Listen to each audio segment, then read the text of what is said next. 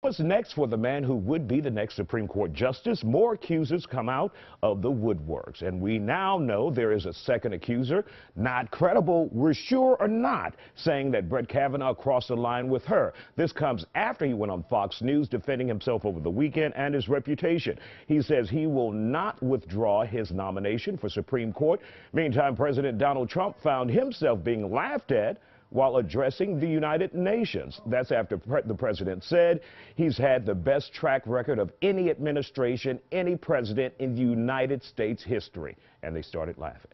Joining us here on The Factor Uncensored to talk about this is former congressional candidate Justin Lurie and political activist Tamara Bell. Welcome to The Factor Uncensored. First of all, let's start with Mr. Kavanaugh. Do you think he is at a position or considering withdrawing his nomination, or will he stand firm? Absolutely not. He will not withdraw. On Friday will be the Senate Judiciary Committee's vote. He will pass that, and the next week he will be confirmed, I would say at least 51-49. Probably worst case scenario, 50-50, and the vice president breaks a tie. All right. Tomorrow, Bell. God knows I wish I could say he would not be, but I'm telling you, with this all-male judgment that they're giving right now, even the lady who's coming forth, I already sympathize with her. I have nightmares about the Anita Hill being replayed all over, and I do believe that he will be confirmed, unfortunately, unless Flake and he finds a friend and they fold, and then it won't be. I am glad that she is still going to come and talk. I do feel she should have got the FBI hearing that she requested, because as she said, she didn't get him off of her. There was someone who got him off of her, and she wanted that person, because the FBI is the only people you can't lie to without wearing orange as your new black. And I was hoping that they would have the FBI investigation for him. But no, he more than confident that he got this. Justin, do you put any confidence into the allegations that have been leveled against him?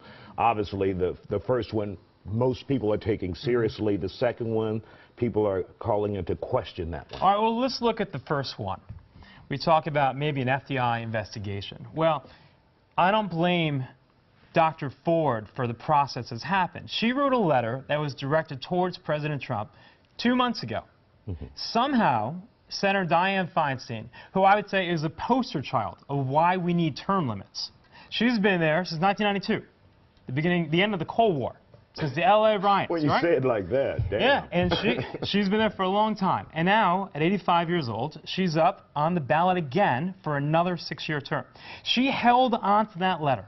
And if she did anything with it, for one thing, give it to the president, as it was originally intended to be, or she brought it over to the Judiciary Committee, to all of her colleagues, and said, let's figure this out right now. At least then there would have been a fair investigation. But instead, she used this as a silver bullet. She said, I have 1 bullet left. I'm going to wait until the very end to disrupt this process. So I wish to be an investigation, because I believe that Judge Kavanaugh will be cleared. All right. And last issue before we run out of time, the president found himself being laughed at the United Nations when he made that statement. Your thoughts on that, Tamara Bell? Thank you.